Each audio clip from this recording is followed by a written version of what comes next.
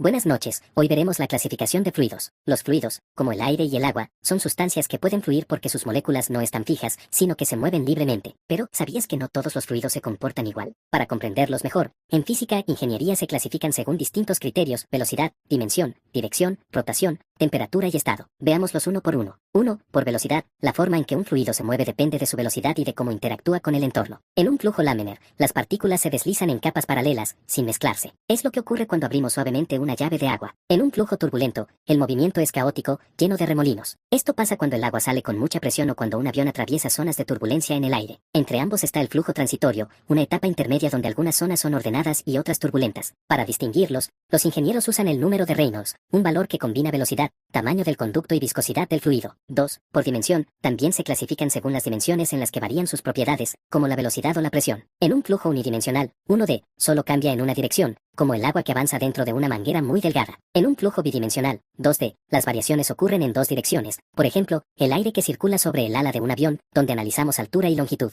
En un flujo tridimensional, 3D, las propiedades cambian en las tres direcciones del espacio, como en un huracán, donde el viento se mueve en todas las direcciones al mismo tiempo. 3. Por dirección, la dirección del flujo también marca diferencias importantes. Rectilínea, cuando las partículas siguen líneas rectas, como el aire en un túnel de viento. Curvilínea, cuando el movimiento se adapta a trayectorias curvas, como el agua que gira en una tubería en forma de codo. Radial, cuando el fluido se mueve hacia o desde un punto central, como el agua que se aleja en las ondas de un charco al lanzar una piedra. Rotacional, cuando el fluido describe giros alrededor de un eje, como el aire en un ciclón. 4. Por rotación, un flujo puede ser rotacional o irrotacional. En el primero, las partículas del fluido giran sobre sí mismas, como pequeños trompos microscópicos. Esto ocurre en fenómenos como los remolinos en un río o en el interior de una turbina. En el flujo irrotacional, las partículas no giran, solo se trasladan de un lugar a otro. Para medir esta propiedad se usa la vorticidad, que nos dice cuánta rotación hay en el fluido. 5. Por temperatura, la temperatura es otro criterio importante porque cambia las aplicaciones de un fluido. Los fluidos criogénicos son extremadamente fríos, como el nitrógeno líquido usado en laboratorios. Los refrigerantes absorben calor, y los encontramos en los aires acondicionados y refrigeradores. Los fluidos térmicos se usan para transportar energía calórica, por ejemplo, en los sistemas solares térmicos. Y los fluidos de alta temperatura operan en condiciones extremas, como en reactores o turbinas de gas, soportando cientos o miles de grados. 6. Estado estable. Por último, un fluido puede estar en estado estable o no. Decimos que es estable cuando sus propiedades, velocidad, presión y temperatura, no cambian con el tiempo en un mismo punto del sistema. Un ejemplo es el agua circulando de manera constante por una tubería cerrada. En cambio, si esas propiedades varían con el tiempo, como cuando abrimos o cerramos una llave, hablamos de un estado no estable o transitorio. Como vemos, la clasificación de los fluidos no es un simple ejercicio teórico, sino una herramienta que nos ayuda a comprender y predecir su comportamiento, ya sea en la naturaleza, como en los ríos, ciclones y huracanes, o en la tecnología, como en aviones,